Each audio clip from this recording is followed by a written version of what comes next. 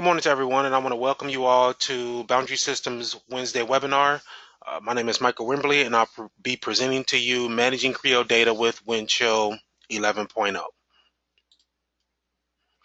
right, so the overall objective of this is simply to go in and review and demonstrate how to manage Creo data in Windchill 11.0. So with that, we're going to go through a general introduction of myself and Boundary Systems, an overview of what we're going to actually cover, then do a demonstration on how to manage Creo data, or I should say some of the enhancements on how to manage Creo data within Windchill 11.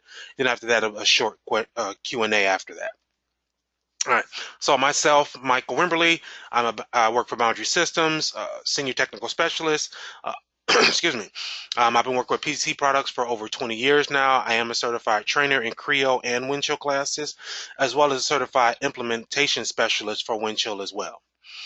Boundary Systems. Boundary Systems is actually located in the greater Cleveland area. I myself actually work in Cincinnati, so I'm actually in the southern part of the state.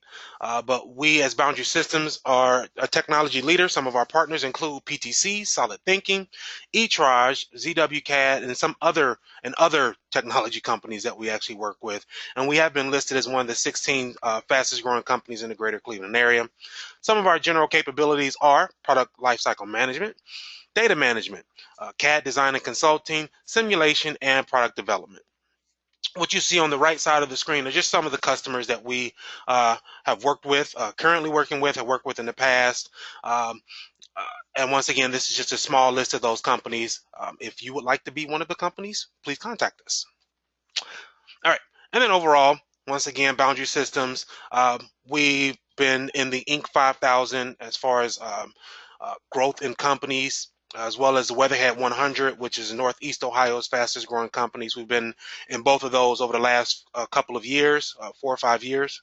And then some of our major accreditations are our Windchill Certified Implementer, also PTC Preferred Service Provider, and PTC Certified Training Partner. All right, and then once again, some of the solutions that we actually offer, we offer the suite of PTC solutions. We also offer the solutions from Solid Thinking, eTraj, Modex, as well as Mentor Graphics and ZWCAD. If you have any questions on any of those, some of those are rendering packages, some of those are analysis packages. If you have some additional information on any, or want some additional information on any of those, please feel free to contact me or our sales department.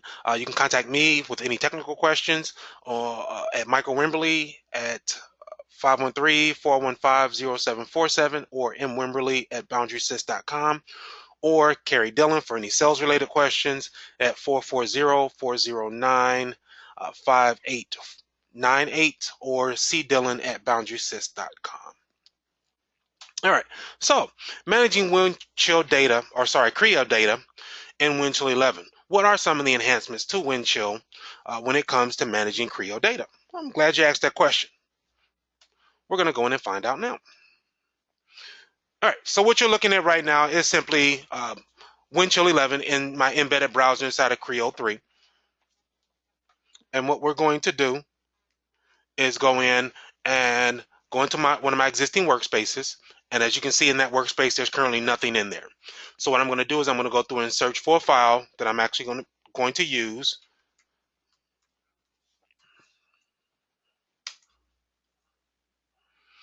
And there's the files. So currently this is the assembly that I want. So I'm just going to select on that assembly. And I'm going to go ahead and say add that to my workspace. Now, brings up the add to workspace dialog box. I always like to go to the advanced tab to see what I'm actually going in and downloading. And as we can see here, there's 220 parts that are being downloaded. So when I download that one assembly, I get 220 parts total that's going to be downloaded. Well, that's not all the files I want. I want to make sure I have the drawings for all the files that have drawings. So I'm going to go in and select everything, say add drawings. I'm going to go through and add any additional drawings that I have, as well as if I want to add the WT parts, I can go through and add those as well. So to go through and add those to my workspace as well. All right, so I'll go ahead and add that information to my workspace, take a couple of seconds to add everything. And as we can see now in my workspace, I have a total of 281 files. Now, That's more than just that individual file that I went in and selected, but that's the file I want to start with. So I can go in and filter things. So right now it's showing all my WT parts, it's showing all my CAD files. So it's showing everything at one time. I can go through and of course filter it out because I'm not opening any WT parts inside of Creo, so I can go in and filter that down and just say CAD documents only. So now I'm just looking at my CAD files. But then once again, I have to go through and filter through this to figure out what the part is that I actually was looking for. I can always come into my search table. I can just go in and type in that same name again, and it'll go through and filter down to that. That works out great. But there's other methods of doing it as well. There's also an option to filter the table over here in your objects list. So right now it's doing it as a list. There is an option over here that says as featured object list. What a featured object is, by default, is going to be whatever you've initially selected to add to your workspace. So when I filter that down, it's now going to go through and filter it and just show me that initial object that I selected to download inside of my workspace. So everything else is now basically removed from the display. So currently, once again, by default, any featured object is simply an object that I add to my workspace specifically. So if I select multiple objects and say add to workspace, those are going to be labeled as featured objects. There's other methods of going in and recognizing feature objects as well. So what I'm going to do is just inside of here, I'm going to go in and select a couple of additional objects, and underneath the edit pull-down menu, there's an option for set as featured. So if I know that I'm going to be working on these specific assemblies, once again, instead of having to scroll through it or add any additional feature filter information, I can set those as feature objects and just simply tell it to once again show me just the featured objects, and now just those objects that I have selected will now be labeled as featured objects, and those are the only objects that will actually show up on the screen. So I can do it that way, or I can always go in and customize a display as well. So I'm going to go in and customize a display to go in and now add that. So I'm going to go in and customize, or I should say use my CAD documents display as the starting point. So I'm going to go in and say CAD featured.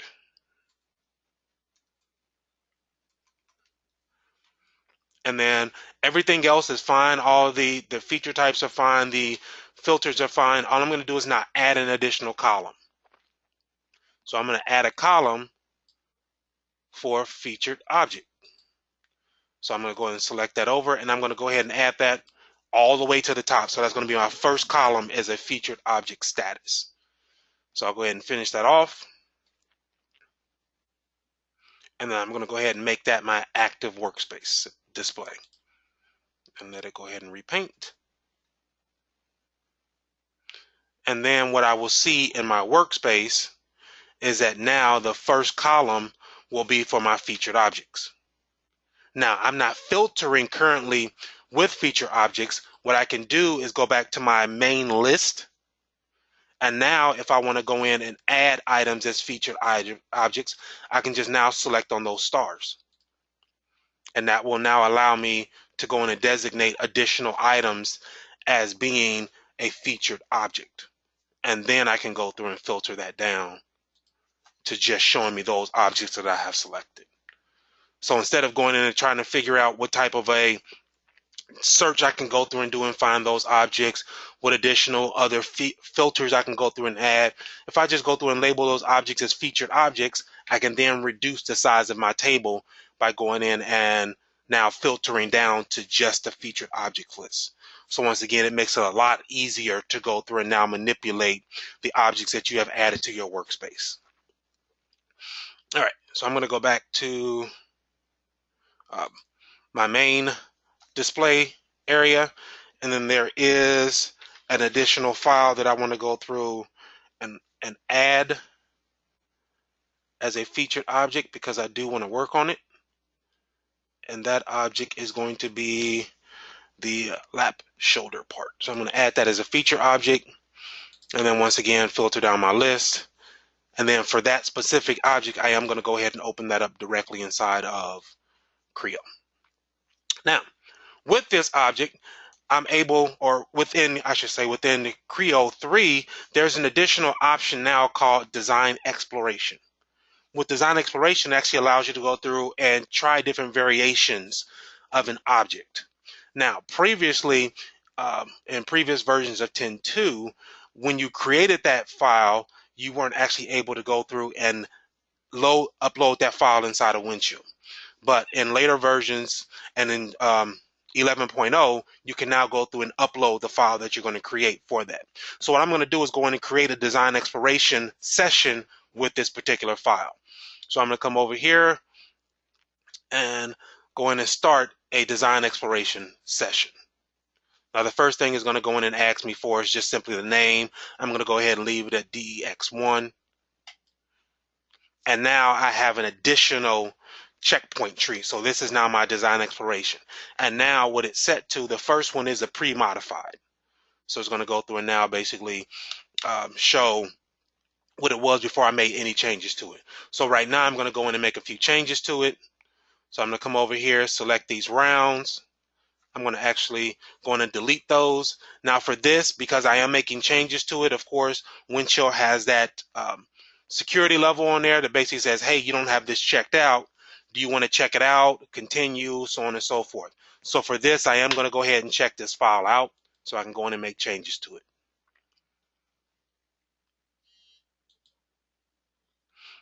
All right, so those objects are now deleted. And now what I can go through and do is now add, instead of those being rounds, I'm now going to come over and add chamfers to those objects or to those edges. So I'm going to use 0.05 as the size of that.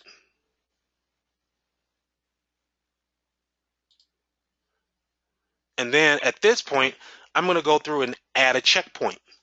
And this checkpoint is going to be chamfers.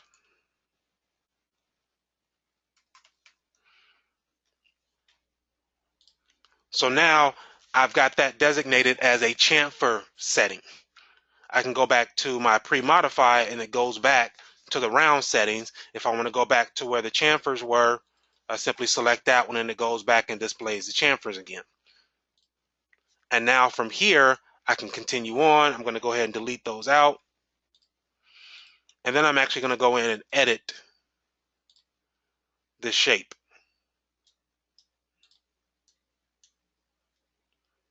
So I'm going to come over and remove that from being vertical and actually go ahead and put an angle on there.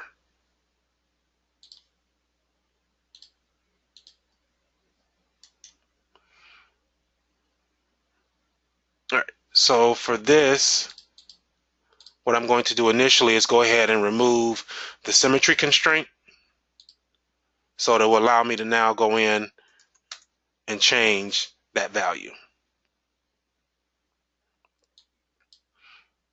So now I can go through, make that 80. And then at this point, I'll go ahead and add another checkpoint and I'll call this one slanted.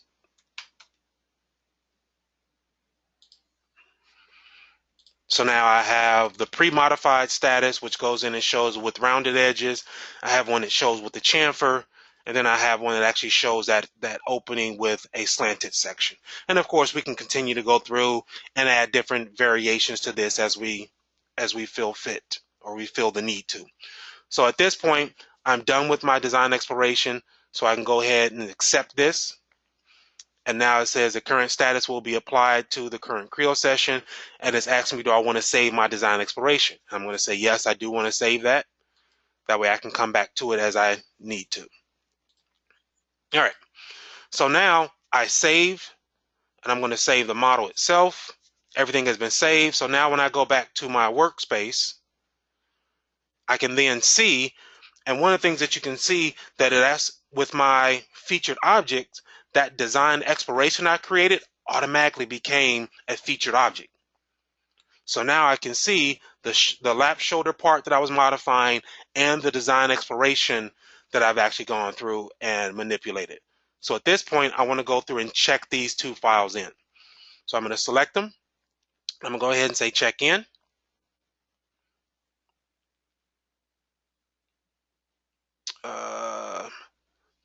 Did I not select the other one? I did. Check in. The CAD file.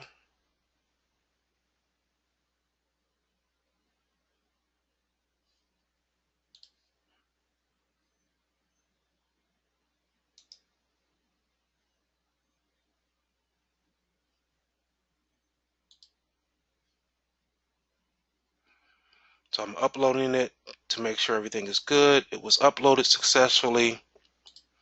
Now I'm going to go ahead and check it in.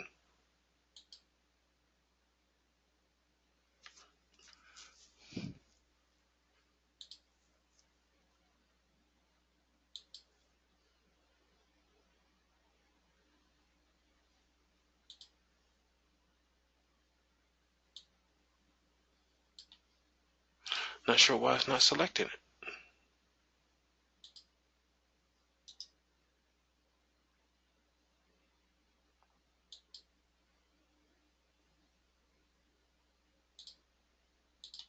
That's why. It's my filters. My apologies. I actually had my filters set to go in and show only the objects that I had checked out. Thought that was kind of weird. All right, so I'm going to leave this at the Synergy folder level. Actually, no, I'm going to go ahead and change that so it's down further. So I'm going to take it to the design level and then down to the safety seat level. So I'm going to put this, of course, right where the actual CAD file is located. Once again, I apologize for the delay in that with that filter. So there's the two objects. Now I'm going to go ahead and check that in. Oh, nope. Before I check it in, what I also want to do when these items are checked in, one of the additional enhancements that's in 11 is now I have the ability to go through and now create a promotion request. So when I go through and check those items in, I can now go ahead and execute a promotion request with this as well. So I'm going to go ahead and finish. And everything is being checked in. Checked in, succeeded. And now the next thing it's doing is now prompting me for my promotion request. So I'm going to go ahead and promote everything. I'll leave it at default name, no big deal. And then there's the two items. So I can come over here, select those two, select the state that I want them to be promoted to, which is going to be released. Sorry.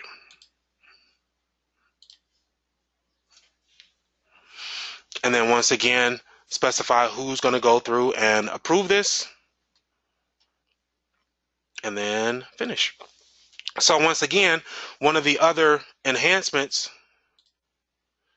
is that now when you go in and check an item in, you can go ahead and execute your promotion request right away. That way you don't have to try to remember what was in that check-in form that you had. You can go right ahead and check those items directly into the database. All right, and as you can see, those items have been checked in. If I go back to my original listing, there they are. Now, once again, because they've been checked in and they've been updated, you can see that it actually removes those from being in my featured item list. Because once again, I've made the changes to them. I've checked them in. Basically, I've done what I wanted to do with those particular objects. All right. So once again, one of the benefits there is that now with that inside of Windchill, you can now store that design exploration and now go in and have someone else on your team now review it or be part of your design review. And you can specify which version of that design exploration you actually want to go through and use. So it becomes part of your design review and you don't have to do it separately. You just check it in, and that once again, that information is still stored with your data. All right. One of the additional things that we can do is inside of the inside of your workspace, what we can also do is, like for this item here, I have this cam lever pin part, but I actually want the cam lock pin spring. What I want for this file is I actually want to go through and duplicate this. So I'm going to go through and right click on this, and I'm going to go ahead and do a save as. Now, one of the benefits of this as well is because I'm in my workspace and I have the information associated with it, I'm going to go ahead and leave it just being with the underscore at the end of it. Actually, no, just so we can recognize it a little bit better, I'm going to change it to 1 at the end of both of these names. It's auto-generating the part number, so I don't have to do anything with that. So, but I'm going to go ahead and change the name of them so that it's the camlock spring underscore 1. All right. Now, once again, that's just renaming that individual file. One of the benefits of doing this in your workspace as well is that that part is used inside the assembly. That assembly, or it may be multiple assemblies, but the specific assembly I'm working on now is in my workspace. So what I can also do is now go to the next tab, which will basically allow me to update the parents. Now, by default, when you do your rename or your save as, it's going to go ahead and reuse the original file in the assembly. But if I want to go through and make changes to this file, and I'm doing it specifically for this assembly, that's why I'm creating a copy so it doesn't affect anywhere else that it's used, I want to swap that out right away and now be able to make my updates. So what I can do inside of my workspace, once again, is once I go in and rename it, I now can go in and update the parent. So as I said, right now it's going in currently and simply reusing what's already there. I don't want it to reuse it. I want to go through and actually change it out. So I'm going to go ahead and select it. And the first thing I need to do, because I'm going to make changes to it, is I'm going to go ahead and check that file out. So it's going to go ahead and check out the assembly. Now, when I check out the assembly, it gives me the option of being able to replace that object. So currently, it's using the original file. I'm now going to go ahead and tell it to replace it with the one that I've just created. And it's now going to go in and use in my assembly that's in my workspace, the underscore 1 file. So inside of the buckle cam lock, it's now going to go through and use the underscore 1 assembly once again. I'm sorry, part, which is inside of my workspace. So I'm going to go ahead and finish that off. And you can see that it's telling me, of course, that it's now been updated properly. And we can see that this assembly has been checked out and it is currently modified. So I can go through and go into the information tools on that, or basically look at the information inside of that to view it. And then I can see inside of this assembly, inside of my workspace, that it is actually currently using the underscore 1. So in my workspace, it's currently updated using this. I haven't checked this in yet. So what I can do is, just to show you the difference between the two, I can go to the common space version of that file, and inside of there I can see that it's still using the non-underscore 1 file. So it's using the original file. But once I go in and check this assembly in, it will then update the one inside the common space as well, and everybody will have the latest and greatest file. All right, so that's just one additional thing that's inside of there. And one last thing I want to show you is that with Creo 3 came the addition of the Unite technology. Now with the Unite technology, it actually allows you to go through and bring in non-native CAD files. I'm sorry, non-native Creo files. Let's go ahead and go back to everything so I can get to my folders. And so what you can do in this example, we can go in and bring in things like SolidWorks files. So we know that Creo manages those files. So we understand that. I mean, we have the workgroup managers that actually integrate directly with SolidWorks, so we can use SolidWorks directly with Windchill. But inside of Creo as a whole, we can also go through and use native SolidWorks files, CATIA files, NX files directly inside of Creo without having to go through and export them out of the native system to some blob, basically, like an IGES file or a step file or something like that. We can actually go through and use that. So with the Unite technology, it basically links to those files.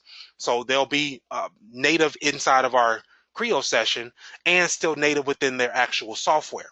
So if there is a change that is done inside of the SolidWorks and that file is now changed, it works just like it does in Creo. We now get notified that the SolidWorks file that we have is basically out of date, and we can now go through and sync that up. So right now we have this assembly here. I'm going to go ahead and basically add that assembly to my workspace. So same thing here. So I'm going to go ahead and add that to the workspace. And once again, we can review the information through the advanced tab that is actually being downloaded. That's fine. Go ahead and select OK. All that's now added to my workspace.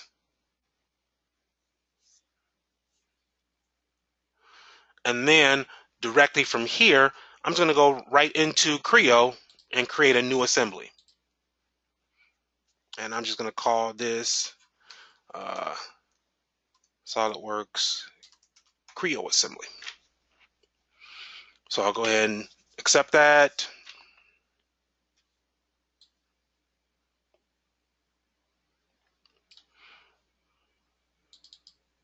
All right, and then I'm going to go ahead and assemble in. And right now it's looking at Creo files. We do have the filter down here, and I'm going to go and filter it down to the SolidWorks assembly. And it brings in that SolidWorks assembly just like it does a Creo file. So I can go through and manipulate it. I still have all of my information. I can still, do whatever I want to do with it. But because once again, this is my initial file, just like I would with a Creo file, I'm going to go ahead and assemble that into the default location and say OK.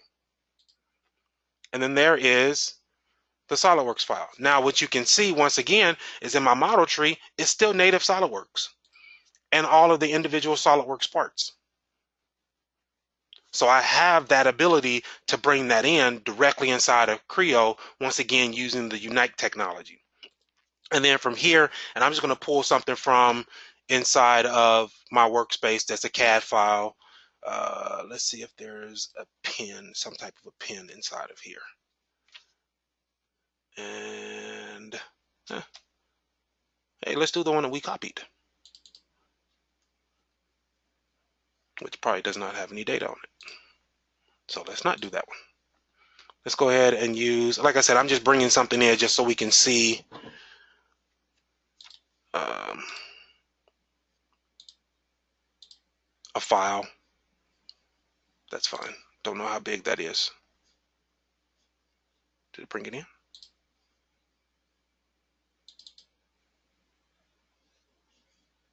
Oh, there's something going on with that model.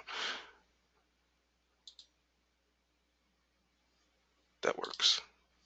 All right, so there it is. So there's that pin. And I'm going to go ahead and drag this up. Like I said, it's kind of a small part. So all we're doing is assembly just like we normally would. So I'm going to pick that surface. I'm going to associate it with that surface. Now, right now it's doing normal. I'm going to go ahead and change that to being coincident. I'm going to go ahead and line up that surface with that surface. Once again, it's doing an angle. Once again, swap it so it's doing coincident. And then I can come over here and I'm just going to locate it there. There it is. So just like anything else, I assembled it directly inside of my Creo assembly. Yes, it is currently packaged just because I didn't add that third constraint. No big deal there. But there it is. So I have my Creo files directly integrated with inside of my Creo assembly with the SolidWorks assembly. Same thing, I'll go ahead and save this. It's currently saved to my workspace. So now when I go back to my workspace,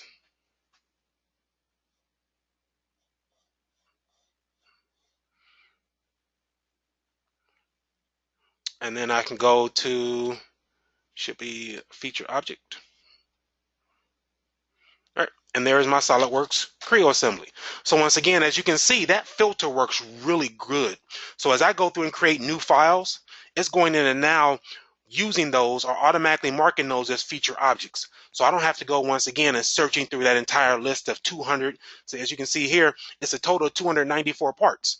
I don't need to go in and search through all of those. It's a featured object. If I check it out, it's a featured object. If it's a new object, it's a featured object. So it's going in and adding those things immediately. So it's now a featured object. I'm going to go ahead and check this in. And all it's doing is showing me those objects, it's just showing the relationship. Those aren't actually going to go in and do anything. So this is a new file that is going to go through and update. And now that assembly has now been checked in. And once again, once it's checked in, it's removed from my listing. So it's there. So I can go back into my normal listing. And now I can come over here into my search because it's no longer an object. I can come over here and there's my SolidWorks Creo assembly. When I go in and look at the information tools on it, and I come over and I look at the structure, there it is. The structure contains a SolidWorks file and my Creo file. So once again, not only does Creo recognize the structure or allows you to go in and create the structure between Creo files and SolidWorks files, but it also allows you, Windchill actually recognizes those relationships and allows you to build up those assemblies using the multiple CAD formats. And once again, completely understanding that information. All right, so at this point, that is the general information. Sorry. And that actually concludes the webinar. So I want to once again thank you all for attending. And if you have any questions on anything that you've seen, feel free to contact me. Once again, Michael Wimberly at my phone number or email address. Or if you have any questions sales related, feel free to contact Carrie Dillon. And once again, you can see our information there. If you have any technical issues that you want to go through and have us look into, we have a tech support area as well, and that's at support@boundarysys.com. Simply open up a ticket. We can go in and now that'll go to our technical specialist. We'll review it and we'll go through and discuss that information with you or come up to a resolution with that. You can also visit our website at boundarysys.com, and from there you can see links to our webinars. You can see links to upcoming webinars, as well as any of the other softwares or applications or services that we provide. So feel free to visit our website at boundarysys.com. And once again, if you want to send an email to us directly, you can email sales@boundarysys.com or support@boundarysys.com. Either one of those, and those will get to the appropriate people, and we will once again get back in touch with you as soon as we can. So once again, thank you for your time and enjoy the rest of your day.